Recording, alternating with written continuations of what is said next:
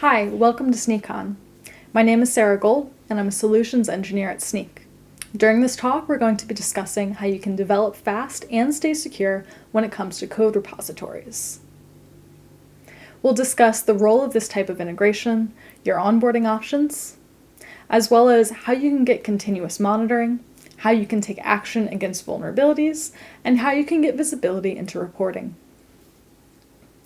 Now, when you're thinking about inserting security across your SDLC or software development lifecycle, you may notice that with Snyk, you have a lot of different options. You do have the ability to insert Snyk at almost every phase across your software development lifecycle, but if you just choose a couple of them, often this code repo integration is one of the ones that people will choose, especially if they're only doing one or two integration points. This is for two different reasons. The first is this point of integration allows you to take on the shift left philosophy. That means you can be testing long before you have a finished product to build, and you're doing it at a very developer-friendly stage, so that the burden of this is not going to completely fall on the security team or completely fall on the DevOps team. We can give you this information in a format that's really easy for developers to use, and also take action against. The second reason this is a popular integration point is because it's one of the most automated integration points that we have. When you're integrating with your code repository, also known as a Git repo or an SCM, source code manager, you're not just going to be able to do that initial test at onboarding and get your remediation advice. You also have automatic ongoing monitoring that will happen here. After you onboard a project with Snyk, Snyk will retest that repo on a daily basis and let you know if any new vulnerabilities have been added that are going to be affecting that project. In addition to that, you'll be able to get automated fix pull requests or merge requests for a large number of the languages that Snyk supports. And also, when you're onboarding a project with Snyk, we'll be able to create a webhook, which means that anytime you make a code change, a pull request, Snyk will then retest anytime you push a code change. Now, for most users, onboarding with our SaaS solution is going to work perfectly. But if you're dealing with a lot of sensitive information and you're keeping it on-premise, Broker is probably going to be the best option for you. Broker is a proxy between Snyk and your on-premise hosted Git repo or Jira integration. Your token and your source code are going to stay behind your firewall. Snyk never sees it. For an SCM integration or a Jira integration, you can whitelist which actions Snyk is able to perform. With something like infrastructure as code or Terraform, you can opt in for Broker to communicate with Snyk. And when it comes to security controls, we do want to be able to give you a lot of control here. So there's comprehensive logging output so that you can audit files that Snyk accesses and also the operations that Snyk performs. Now, if you're testing a few dozen projects, this import button that I'm about to show you is going to work great. But if you're onboarding hundreds or thousands, we recommend using the API, and I'll go into a little more detail after this demo. So of the source code managers, or SCMs, that we integrate with, GitHub is probably one of our most commonly used ones, although we have integration points with all of the most commonly used SCMs. Let me show you a typical GitHub workflow. When you log into Snyk, you'll notice that you immediately have access to this integrations page.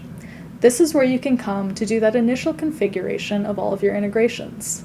And you can see here, I've already integrated with GitHub. So I'm going to go over to my Projects tab now, and I'm going to add a project. And I'm going to choose one of these NPM projects that I have here. Now, when I'm onboarding this project, there's a couple of things that are happening. First, we're identifying your manifest file. In this case, it's your package.json file. Then, we're getting that list of your direct dependencies, and from there, building out a full dependency tree.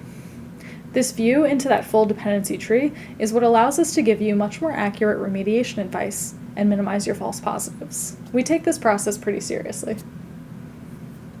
Then we'll cross-reference these results with our Snyk vulnerability database and give you remediation advice based on those findings. And then the last thing we'll do is create a webhook between that repo and Snyk so that anytime you're doing a pull request, we'll be able to check your code change and detect if any new vulnerabilities have been added or if any new open source licenses that are relevant have been added. Now let's take a look at our results here. So if you want to do the absolute easiest workflow, you can jump directly to this remediation tab and open a fix PR from here. This is going to fix any issues that are currently upgradable or patchable at this time.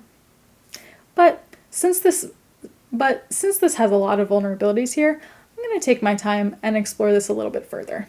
And while I'm showing you around, let's check out this Dependencies tab. The Dependencies tab is where you'll be able to get visibility into your full dependency tree. And as you're looking through here, you might notice there are some high severity vulnerabilities that are introduced pretty deep into the dependency tree. That's part of why we take it so seriously, to get a thorough view into every layer of your dependency tree. One of the deep level ones that you'll notice here is Fresh. This is an interesting one because Fresh is introduced at 3 different points throughout your dependency tree.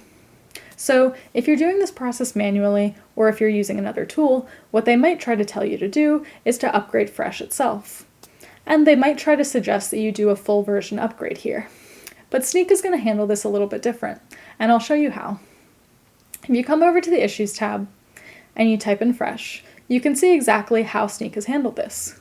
We've calculated that, yes, Fresh is introduced 3 different times here, but it's all introduced through Express. So actually, the best way to solve this vulnerability is to do a minimum viable upgrade of Express.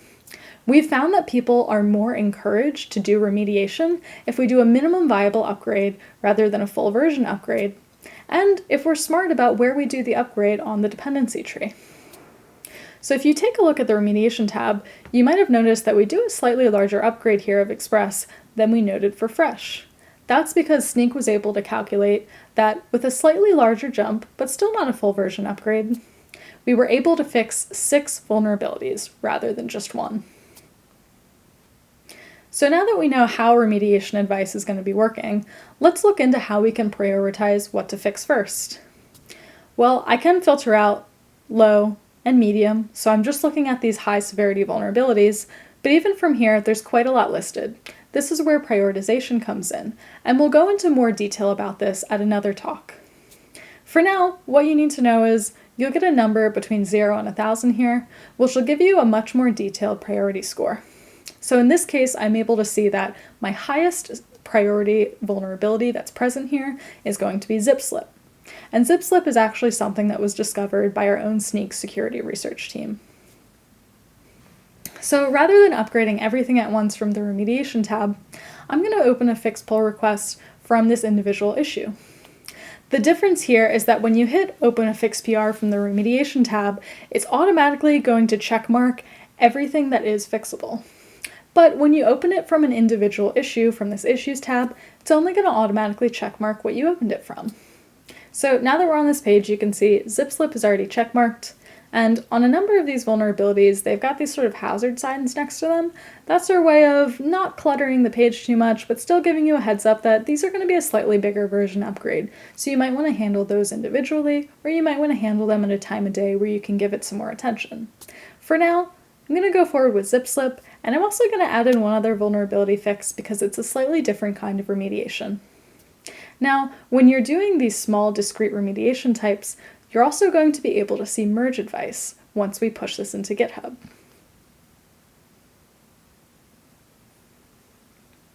So now we've landed back in GitHub. You've been able to receive some initial merge advice from Snyk, and you'll also get visibility on this conversations page into exactly what actions Snyk has performed. You'll be able to see the prioritization info. You'll get a link out to the Snyk vulnerability database with a wealth of more information, and you also get information about your exploit maturity and other useful things. Underneath here, you'll see that we have applied a second kind of remediation, and that's going to be a Snyk patch. Now, patches are unique to NPM and Yarn projects. It's sort of our simple and efficient mitigation strategy in a situation where it's a really commonly used package, but maybe it's deprecated or the maintainer is really slow to respond. When you go over to the files change page, you'll be able to see that the .snyk file lists the patches that Snyk was able to make available, and Snyk will make these patches available when you're at build time. Now, Snyk will only apply the patch if the dependency is still in use at build time. And you also might notice that Snyk Protect has been added. This is what's going to apply that patch from the .snyk file. And lower down here, you'll be able to see the small upgrades that we did in order to fix some pretty severe problems. Now, let's say I'm in a situation where I'm very familiar with the Snyk UI, but my teammate, Sean, doesn't want to mess around in the Snyk UI too much. He's busy making all of these code changes. So if I onboard this project and then Sean makes a code change to it, he's actually still going to be able to benefit from Snyk. When he starts this pull request, Snyk will do a test and is going to let him know that a license has been found that he should be aware of, and also there's some vulnerabilities present here. This gives him the opportunity to pause and look into more details.